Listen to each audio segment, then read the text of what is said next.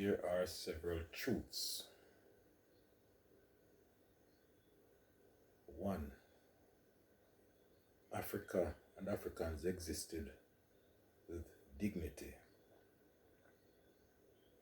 as a civilized people back in time. It was a glorious nation. That's a truth. Another truth is that Africa was invaded. Some groups looked at the resources of Africa and decided they wanted to have total control of our resources. And they craftily laid a scheme, and over time they succeeded in the division of Africa. They used horrendous methods over a prolonged period of time, sustained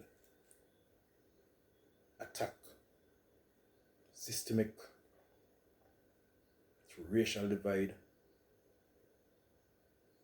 political division, wars.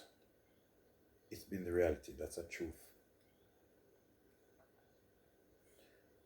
Another truth is that today Africa and Africans are in the process of reharmonizing, reestablishing the unification of the great nation. That's a truth. It's a truth that in the midst of this effort to accomplish this reunification and the restoration of Africa's glory, there are some who embrace the horrors done against our people. Some among us who embrace it and would stand on the side of the offenders against our own people. To have Africa return to the days of enslavement, provided they are protected, their bellies are full, they can overlook the atrocities against Africa, and they can participate in the destruction of Africa. Another truth is that they exist in many forms, at the lowest level and in high places. You see, Judas went out and hanged himself, but his family survived. I say no more on that. And so, as Africa seeks to reunite, as the people of Africa seek to stand together so that no more can we be colonized, it rests in the hands of every single individual to be a part of this reunification. Every individual has a part to play. Individuals who disregard Africa and Africans, despite being of African ancestry,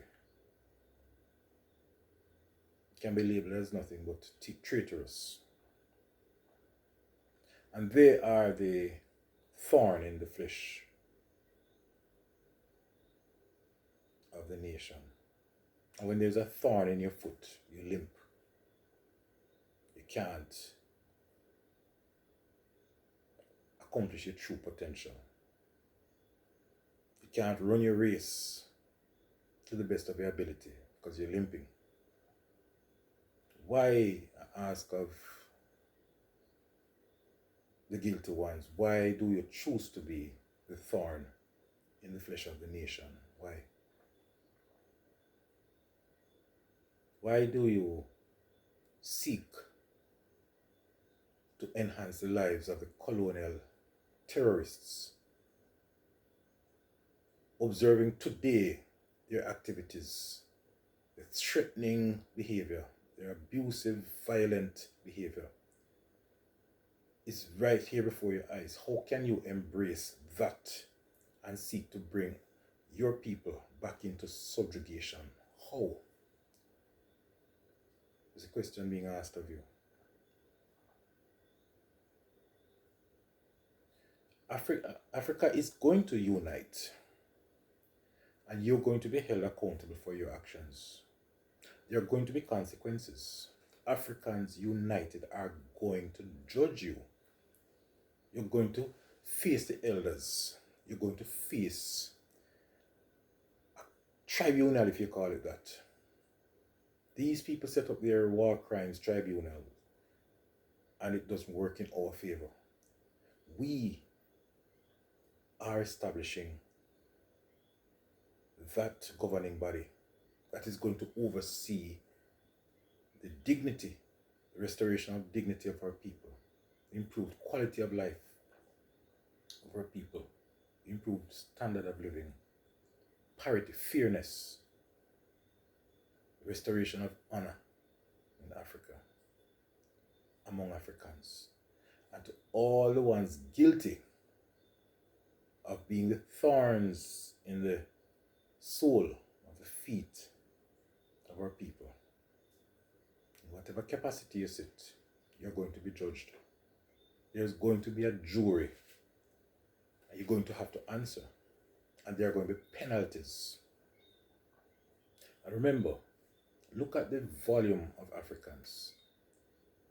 We have seen where the inclusion of the colonial elements within any of our activities has led to our demise. So we have to exclude them out of all our planning. They insist that they must be a part of our activities, and we say we're a people with dignity. And you don't tell us that you have to be a part of anything. Stop barking. You're not afraid of your bark. Because you know that there's nothing more powerful than African unity. It's your last hurrah. You're trying to flex your muscles and show your strength. Say to our people, why are you in their armies? Why are you fighting for them?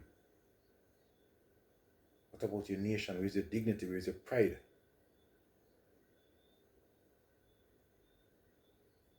There was African citizenship long before the slave ship. There was African glory long before this twisted story.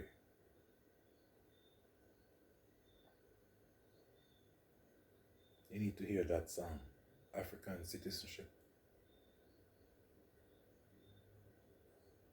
So, I'm speaking to all of you.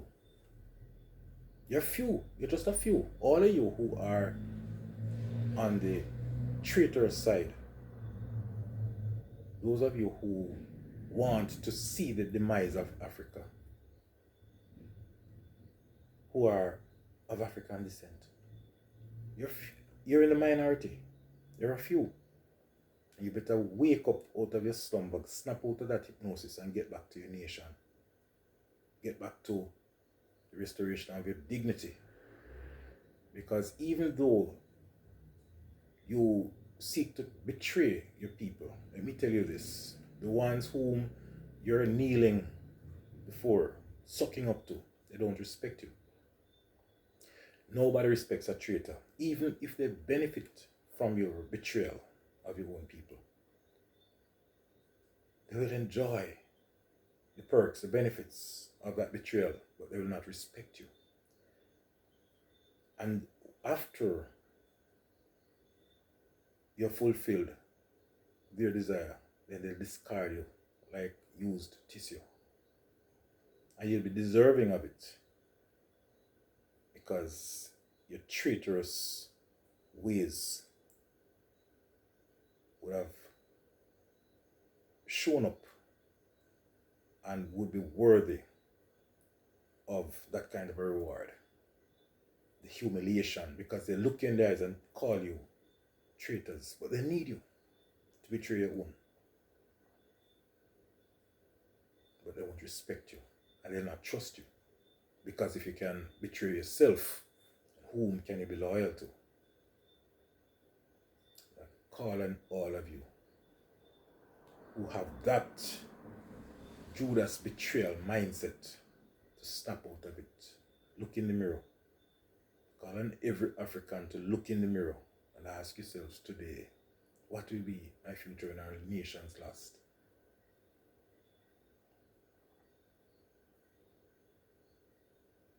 You see, by the time you realize, the ones who are of a traitorous mindset, by the time you realize that whom you are betraying your people for are on the decline, they're crumbling. It's a last hurrah. It's a mortally wounded serpent exhibiting his last death throes. So you see a dying serpent and you're thinking that it has power. It's powerless. Yes, in the process of thrashing around, it can cause great damage. But it's mortally wounded. That is what you're putting your energies towards. Wasting your energies. And you have not sought to build your own nation. So when Africa attains, reestablishes itself or herself, that's when you'll want to run, jump ship and come across. You will be remembered for your betrayal. Because it means that should someone else come, you'll be happy to betray again. Some other nation comes forward, you'll be happy to betray your own for that other nation. If betrayal is within you, it's just there. Is betrayal within you? Are you a traitor to the nation? That's the question being asked. Are you going to be a part of the rise of Africa? Are you going to harmonize with our people globally? Are you going to feel the hurt of our people and play your part in the healing process? Or are you going to inflict more pain on our people by your own actions? Africa shall rise again, undoubtedly. There's nothing you can do to stop it. You can delay it by your own inactions. But Africa shall rise. We've seen a trend where the relics of the colonial elements are speaking up. They're coming forward and trying to portray power. You analyze what's going on. They're trying to reestablish themselves, trying to create a psychological battle to create a perception that they're in control. They're seeking to instill fear in those who will exhibit fear. My people, be the lions that you're meant to be. Stop being feeble sheep. Roar, my lions. Awaken from your slumber. You're hypnotized.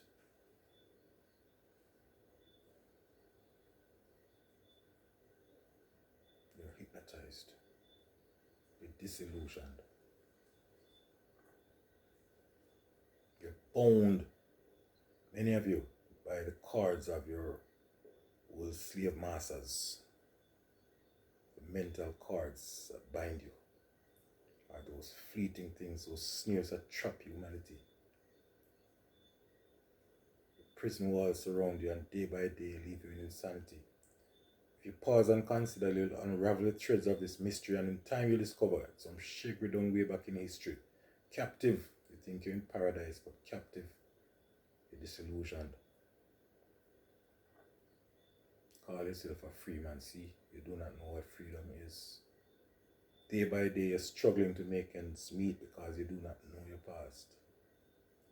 You've been bound, you're still shackled, disenfranchised, stripped of your dignity. Someone thrives from your labor, that's why you're living in misery. Captive, you think you're in paradise, but captive, you're disillusioned.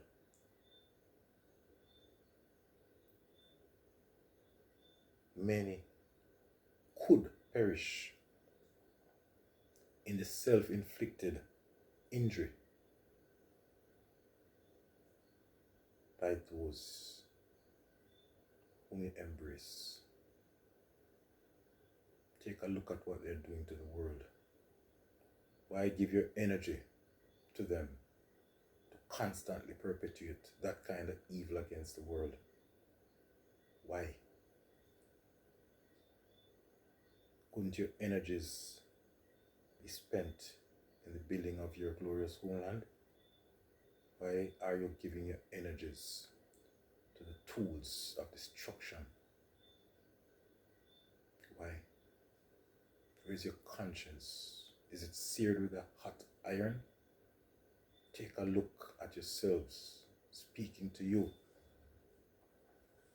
Where is your conscience? Have you killed it? The death of the conscience is the death of a man. That's a walking, living dead. Who are you? Is your conscience still alive? Is it struggling to be reignited? I'm going to awaken it.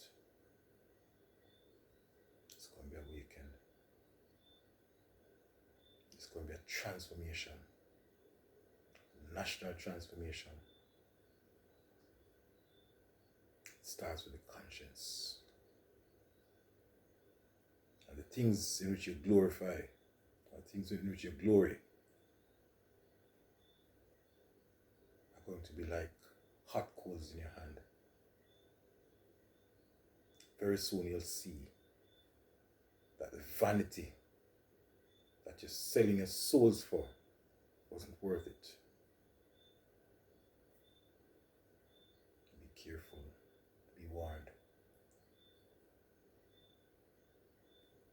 Because something phenomenal is coming. And it is not anything made by the hands of men. Be mindful of where you are when it approaches. What will you do when the ships refuse to sail? Tell me, my friends, how will you prevail?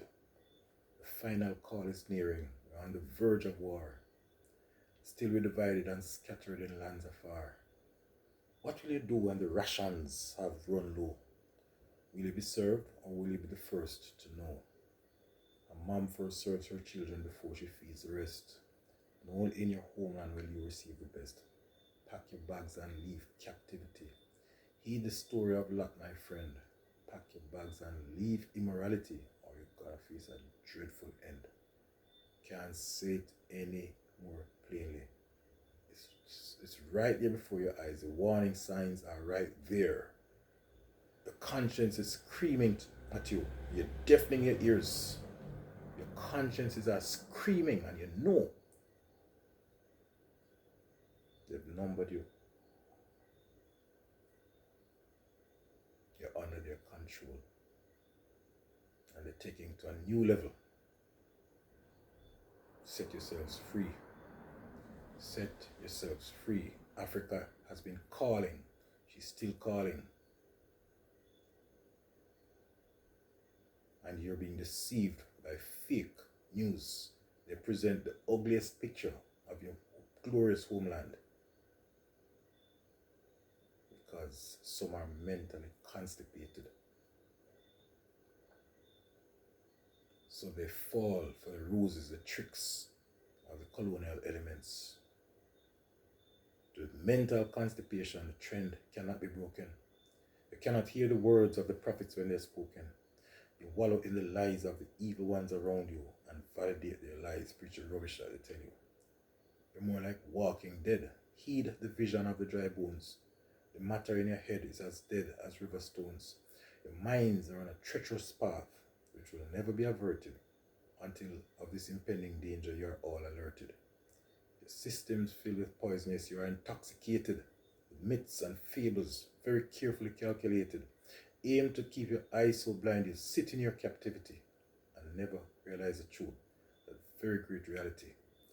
You are a noble people who from this must be delivered, returned to your glorious land from whom you have been severed, to sing the great song of the Most High in the hills of Zion, to see the beauty of the land and hear the roaring lion. Take heed, my people, turn around, receive your salvation, discard unhealthy practices which doom you to destruction, cleanse your minds of all the toxins to which it has been fed, and see if to your noble land you all won't be led. From mental laxative for national healing, the Emperor Elijah, APOD African people of the diaspora. Mental laxative for national healing.